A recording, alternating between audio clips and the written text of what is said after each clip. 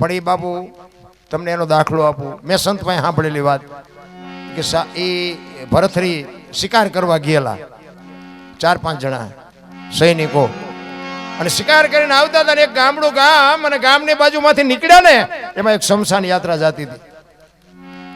અને શમશાન યાત્રામાં એક ભાઈ ગુજરી ગયેલો, અને વાહે બધા માણસો હાલે જતા હતા. અને એમાં એક બેન બાપુ વાહે માથા પસાડતી જતી હતી. એટલે ભરથરીને વિચાર થયો એ કે શમશાનમાં બૈરા ન જાય, પણ આ બૈરું વાહે હાલ્યું જાય છે, આ કોણ હશે, આનું શું હકું થતું હોય છે, આ આપણે જોવું છે. એટલે શમશાનથી આમાં આખી એક બાજુ ઘોડા ઊભા રાખી અને જોવે છે. બેન છેક શમશાન સુધી ગઈ, એ લાકડા ગોઠવા, એ ભાઈને માથે ગોઠવો, અને ઓલી બાઈ કગરે છે કે મને મરવા દો, મને મરવા દો. અને આમ અગ્નિ પેટાવીને, અને બાઈએ બાપુ ઝોંટ મારીને નીકળી ગયો, અને હળગતી અગ્નિ માથે બાપુ ચડી ગઈ. એના ધણીનું ખોળામાં માથું લઈને ભાડ ભાડ ભાડ ભાડ ભાડ બળી ગઈ. ઉકારો ન કર્યો, અને ભરથરી બાપુ ઘોડા ઉપર બેઠો બેઠો પાણાની મૂર્તિ જેવો થઈ ગયો. આહા, જીવતું જાગતું શરીર આખે આખું અગ્નિનો હોપી દીધું, અને ઉકારો ન કર્યો. આ કોણ હશે એ કે? એમાં એક ભાઈ અહીંયાથી નીકળ્યો ને, એને કીધું એ કે આ બેન જે ગુજરી ગયા, અને ઓલો એક ભાઈ ગુજરી ગયો, આ બેન શું હગું શું થાય? એ કે જે ભાઈ મર્યો ને એ બેનના ઘરવાળા હતા, એનો ધણી હતો. અને ભરતરીને એમ થયું, ઓહો, આટલો બધો પ્રેમ, પતિ પત્નીનો આટલો પ્રેમ! ખોડિયામાંથી બાપુ એક એનો પતિ પ્રાણ કાઢી નાખે, અને પછી જીવતા જાગતા દેહને હોપી દેવો, એટલે કેટલો પ્રેમ! ઘરે આવ્યા, ઘરે આવીને આમ સોફા સેટમાં ઈંડોળામાં બાપુ બેન આમ તમે જુઓ ને, સૂન મૂન બેઠો હતો ભરથરી. પિંગળા આવીને પૂછે છે. પિંગળાને એમ થયું કે માઇલપા ગિર્યા ભેગા મારી યારે હરીને દાંત કાઢીને વાત કરે, આજ મારા સામે નજર નથી કરતા. પિંગળા આવીને કહે છે, સ્વામિનાથ પાણી લઈ આવું, ચા લઈ આવું, જમવા લઈ આવું. ભરથરી બોલતો નથી. પિંગળા કે પણ થયું છે શું તમને?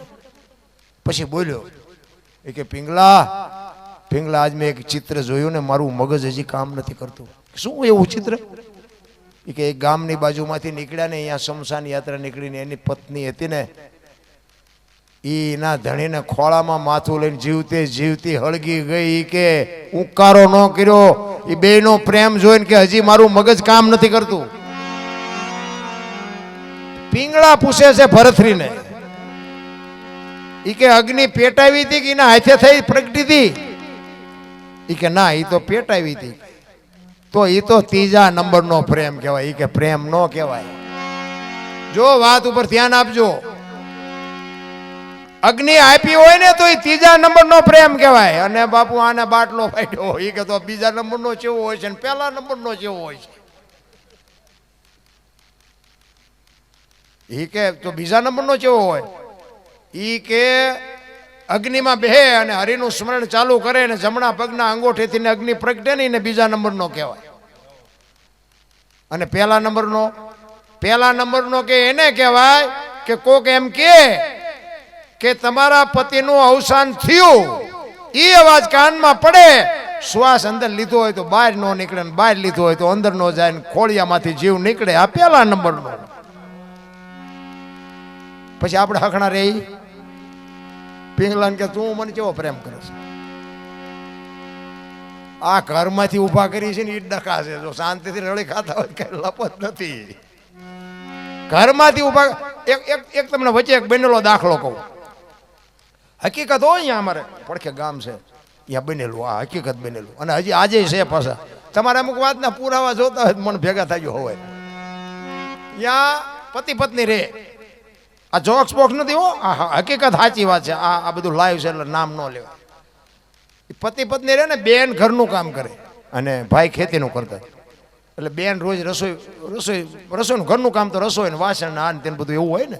એટલે બેન રસોઈ બનાવતા હતા ને, એમાં એક પાપડનું પડીકું રોજ આડું આવતું. એને એમ થયું કે આ શેકી નાખવા દે, રોજ આડા આવે, હું મારો ઘરવાળો બે ખાઈશું.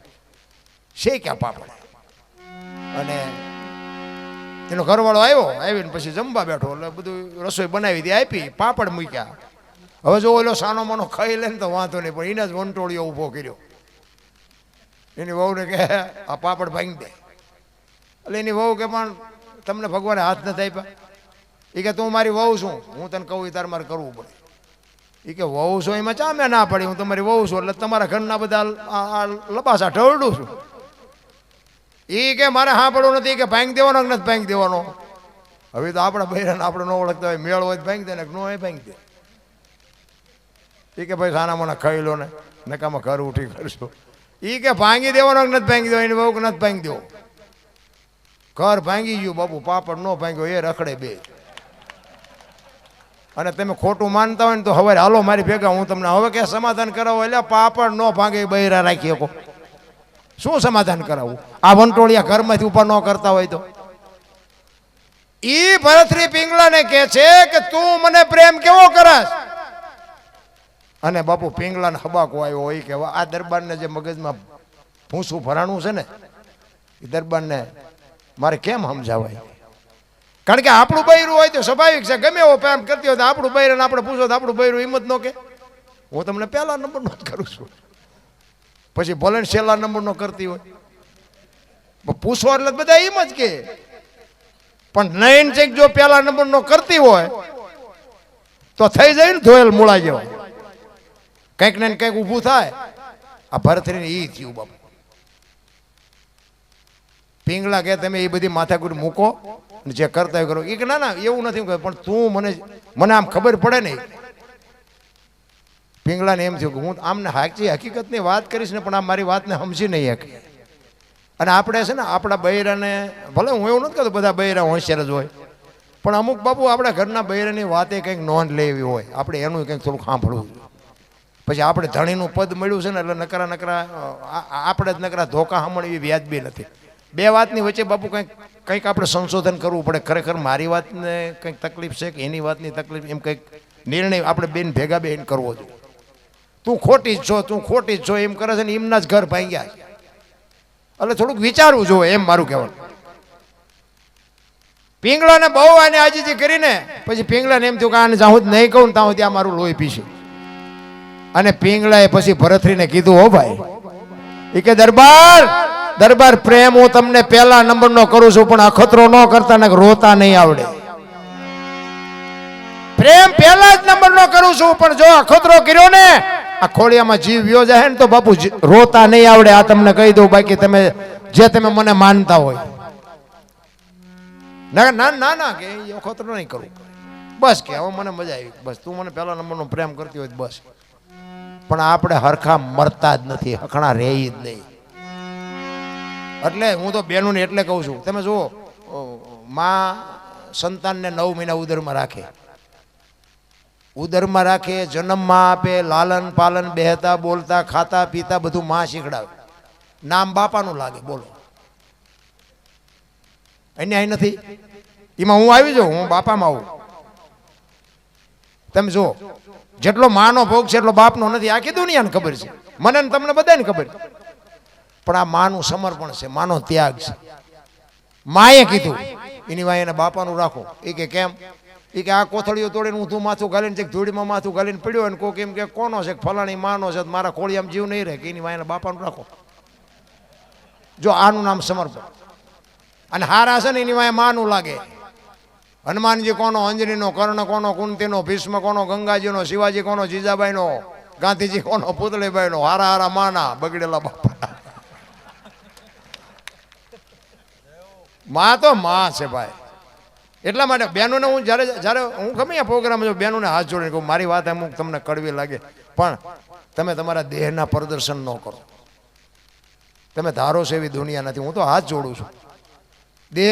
દેહના પ્રદર્શન ન હોય. તમે શક્તિ છો, ધારો તો આજે બાળીને ભસ્મ કરી દો એ તાકાત છે તમારામાં. અને મેં હમણાં કીધું એમ, જ્યાં ધર્મ ધ્રુજો બાપુ તમે હવાર સુધી કહો તો હવાર સુધી દાખલા આપું દીકરીઓના, કે આ દીકરીએ ભોગ આપ્યો, આ સમર્પણ કર્યું. અને જણે કંઈક કર્યું હોય કોને મારે કહેવા થાય છે? કર્યું જ નથી. રામચંદ્ર પરમાત્મા વનમાં ગયા ને સીતાજી હારે હારી ગયા, અને ત્યાંથી 14 વર્ષ પૂરા કરીને આવ્યા ને પછી હમણાં બાપુએ ભજન ગાયું ને, સતી સીતાજી રથમાં બેઠા, લક્ષ્મણ આકનારો. સીતાજી ગયા, રામ ન ગયા રે.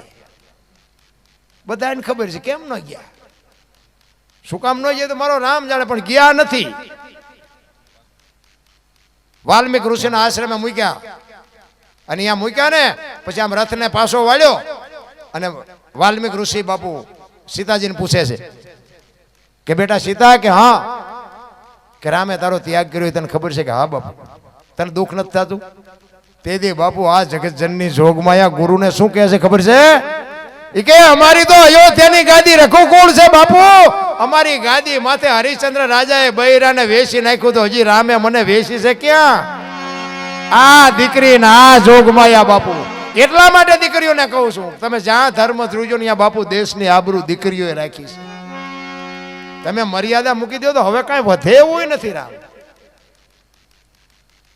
હારા હારા બાપુ માના છે બગડેલા જ બાપાના છે માં જુઓ બધે ઉપર બેઠી ધજા મારાસુર ચોટીલા પાવાગઢ બધે ઉપર બેઠી શું કામ મારા સંતાનની નજર રે બાપા બધા ભોયરામ છે તંબકેશ્વર ને રફાળેશ્વર ને ભોયરેશ્વર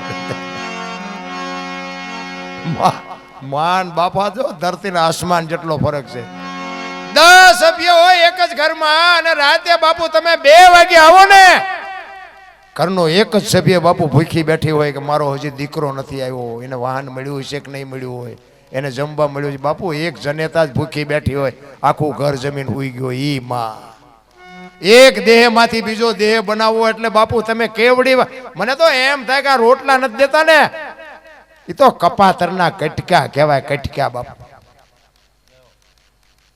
આજ મારી માં નો હોત તો હું આ દુનિયામાં હોત એક લોહીનું દૂધ કરીને તમને મને પાય અને એક દેહમાંથી બીજો દેહ બનાવે મારો દીકડો મારો દીકડો મારો દીકડો ને ઈ જો છેલ્લે માને બટકું રોટલો ન મળે જિંદગીમાં બાપુ કરોડો રૂપિયાના આસામી હોય ને તો હું તો એમ કહું છું ધૂળ છે કાંઈ છે નહીં રામ દુનિયામાં તમે હરો ફરો વાપરો દાન કરો પુણ્ય કરો મંદિર બંધાવો કથાયું કરો જે કરો એ પણ જ્યાં સુધી મા બાપની સેવા ન કરો ત્યાં સુધી બાપુ દુનિયામાં ક્યાંય તમારું ચોપડે ચડે ને તો તમારો ગુલામ થઈ જવું રામ આ કરીને પછી બધું કરજો તમારું બધું ચોપડે ચડશે